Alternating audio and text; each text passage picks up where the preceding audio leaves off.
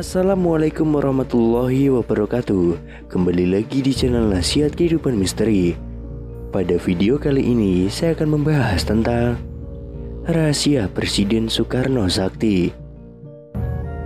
Insinyur Soekarno, sang proklamator dan sekaligus presiden pertama di Indonesia ini, adalah sosok pemimpin yang besar.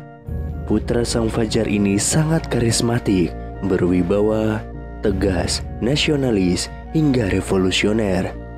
Semangat dan jiwa nasionalisme tidak pernah pudar saat menorehkan dan memperjuangkan Indonesia hingga menjadi negara yang berdaulat, bahkan menjadi negara yang disegani oleh bangsa lain. Meski sudah lama meninggal dunia, namun cerita tentang Soekarno selalu menarik untuk dikaji, termasuk tentang kesaktian yang dimilikinya. Bung Karno sering mengalami percobaan pembunuhan. Semasa hidup, ia mengalami percobaan pembunuhan dari tingkat baru rencana sampai eksekusi sebanyak 23 kali. Namun menurut ajudan Soekarno, Sudarto Danusubroto, mengatakan bahwa ada 7 kali percobaan pembunuhan terhadap Soekarno yang sangat menggetarkan. Menanggapi hal itu, bukannya menjadi takut dan gentar, Bung Karno malah membuka rahasia bagaimana cara membunuhnya. Maka menjadi hal yang wajar kalau kemudian sebagian rakyat Indonesia menganggap Bung Karno adalah manusia dengan tingkat kesaktian tinggi. Lalu apa sebenarnya rahasia kesaktian Bung Karno tersebut? Menurut kabar yang beredar di masyarakat, Bung Karno memiliki mustika pemberian Nyi Blorong yang melegendaris. Dalam cerita tersebut, Nyi Blorong datang dan memberikan mustika merah delima jelmaan seekor naga dan mengatakan bahwa Bung Karno bukan saja akan menjadi pemimpin di alam manusia, namun juga di alam gaib. Tidak hanya Nyi Blorong, Bung Karno yang hobi dalam dunia supernatural ini juga sering bermimpi didatangi tokoh legenda dari alam lain, seperti Kanjeng Sunan Kalijaga, Kanjeng Ratu Kidul, atau Nyi Roro Kidul. Nah, namun benarkah Bung Karno juga merupakan manusia sakti?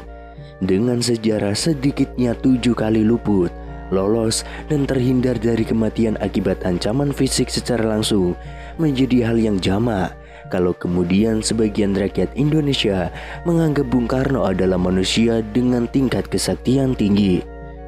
Namun Bung Karno menampik jika lolosnya ia dalam berbagai percobaan pembunuhan bukanlah karena bantuan dari alam lain. Ia menungkas normatif yang kurang lebih mengatakan bahwa mati hidup adalah kehendak Tuhan. Manusia mencoba membunuh, tapi kalau Tuhan belum berkehendak ia mati, maka ia belum akan mati. Namun, Soekarno membeberkan bagaimana cara membunuhnya. Menurutnya rakyatlah yang membuatnya tetap hidup, sehingga untuk membunuhnya cukup menjauhkannya dari rakyatnya. Semua yang kucapai selama di dunia ini adalah karena rakyatku. Tanpa rakyat aku tidak bisa apa-apa, jadi tidak perlu senapan, bom, apalagi pesawat tempur hanya untuk membunuh seorang Bung Karno.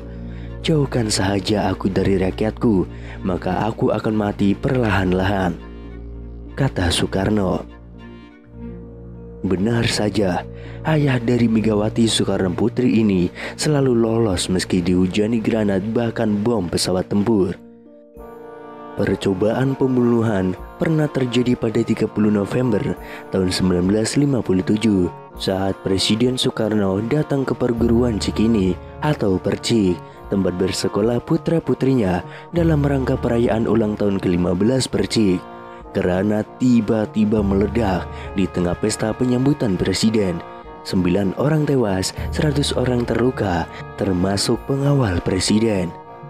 Soekarno sendiri beserta putra-putrinya selamat. 3 orang ditangkap akibat kejadian tersebut. Mereka adalah perantauan dari Bima yang dituduh sebagai antek teror gerakan DITII.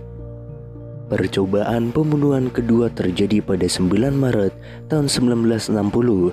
Tepat siang bolong, istana presiden dihentakkan oleh ledakan yang berasal dari tembakan kanon 23 mm pesawat MiG-17 yang dipiloti oleh Daniel Maunkar.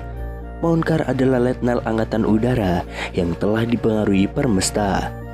Kanon yang dijatuhkan Mountkat menghantam pilar dan salah satunya jatuh tidak jauh dari meja kerja Soekarno.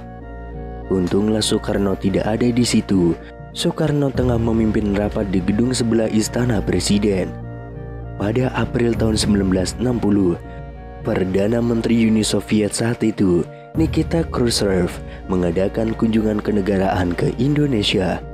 Dia menyempatkan diri mengunjungi Bandung, Yogyakarta, dan juga Bali. Presiden Soekarno menyertainya dalam perjalanan ke Jawa Barat. Tatkala sampai di jembatan Raja Mandala, ternyata sekelompok anggota DITII melakukan pengadangan. Beruntung pasukan pengawal Presiden sigap meloloskan kedua pemimpin dunia tersebut. Pada 7 Januari tahun 1962, Presiden Soekarno tengah berada di Makassar. Malam itu, ia akan menghadiri acara di Gedung Olahraga Mato Angin. Ketika itulah, saat melewati Jalan Cendrawasih, seseorang melemparkan granat. Granat itu meleset, jatuh mengenai mobil lain. Soekarno selamat. Pelakunya Serma Markus Latuperisa dan Ida Bagus Suryatenaya divonis hukuman mati. Selain itu, percobaan pembunuhan terjadi pada 14 Mei tahun 1962. Mbah Rum sangat senang ketika berhasil mendapatkan posisi duduk pada saf depan dalam barisan jamaah sholat Idul Adha di Masjid Baitur Rahim. Begitu melihat Soekarno, dia mencabut pistol yang bersembunyi di balik jasnya.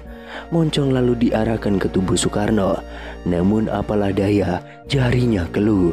Dalam sepersekian detik, ketika tersadar arahnya pun melenceng. Dan peluru meleset dari tubuh Soekarno menyerempet Ketua DPR GR Kiai Haji Zainul Arifin. Haji Bahrum kemudian divonis hukuman mati. Namun kemudian dia mendapatkan gerasi.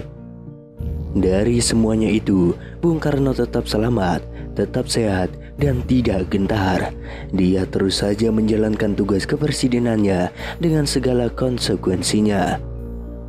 Orde Baru di bawah kepemimpinan Soeharto dan atas dukungan Amerika Serikat melakukan upaya pembunuhan, bisa dibilang langsung, bisa pula tidak langsung, terhadap Bung Karno itu sendiri, dengan cara yang telah disebutkan oleh Bung Karno. Situasi politik berbalik, menempatkan Bung Karno pada stigma yang terburuk. Gerakan demonstrasi mahasiswa yang didukung militer, pemberitaan media massa yang dikontrol Soeharto, membuat Bung Karno makin terpuruk. Usai ia dilengsarkan oleh sidang istimewa MPRS, kemudian diasingkan di Bogor, kemudian disekap di Wisma Yaso. Ia benar-benar menjadi pesakitan. Yang paling menyakitkan adalah karena dia benar-benar dijauhkan dari rakyatnya. Rakyat yang menjadi nyawanya selama ini.